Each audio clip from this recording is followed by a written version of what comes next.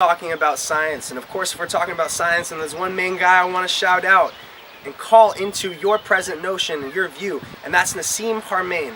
Nassim Harmein is someone who, he's been ahead of the pack for a while, and he's still being slashed and cut down by people that don't understand where science is going and where we're heading.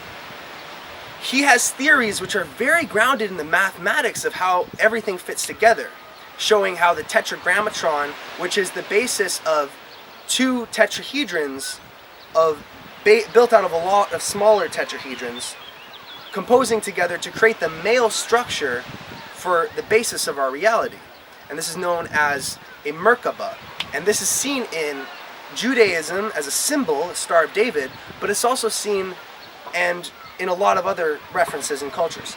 Now, the Merkaba is the male form. The female form is the flower of life, and he shows how this flower of life is shown up in temples across the world, but it's basically a conjunction of spheres where, if you understand the way the spheres work and the geometry created and the initial appearance of the spheres, then you understand how consciousness came into being. If we start with the point expands, and then you have the first sphere, and then consciousness does the only thing it can do, which is contract again, move to the edge of what it knows, the edge of the sphere, and expand again, and thus you have two spheres interacting, right? Which is a Venn diagram. It's the Vesca Pisces is created in between, and that is the shape of a photon. So when in the Bible God said on the second day He created light, what was meant was, at first it was just presence and thought, and then on the second movement of the spheres, the geometry, light was created as a element.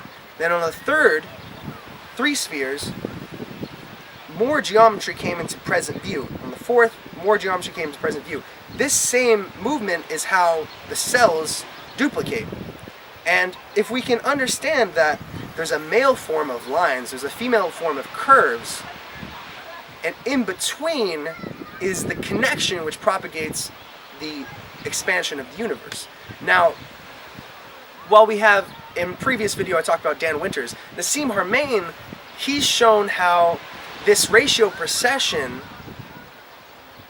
extends from the whole universe, on how the Planck length connects all things, especially to do with the encompassing of a proton in spherical Planck units. He's created this idea of spherical Planck units where if you had a Planck length as a radius for one of these spheres, then you have the flower of life completely encompassing a proton. What you could do is you could calculate the outside of the proton versus the inside of the proton, and what he found was that there's the same ratio as the density of a black hole. So he then naturally assumed that protons are black holes. Now, if we take a moment to consider this, it would make sense to the propagation of reality, where we have black holes in the middle of the nucleus sucking everything in, and energetic output on the outside as the electrons.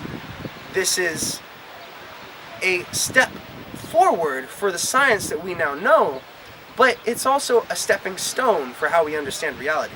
Nassim Harmein has a full course online at the Resonance Academy. I took the course, I loved it. I highly suggest that you go look at the course, purchase the course. The affiliate link will be right below.